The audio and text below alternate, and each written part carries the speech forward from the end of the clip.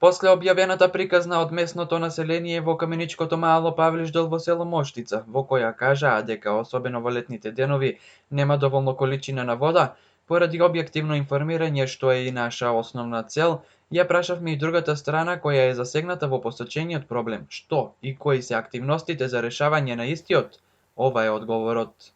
По преземањето на локалната власт од страна на јавното претпријатие општината Македонска Каменица се пристапи кон скенирање и увид на водоводните мрежи на целата територија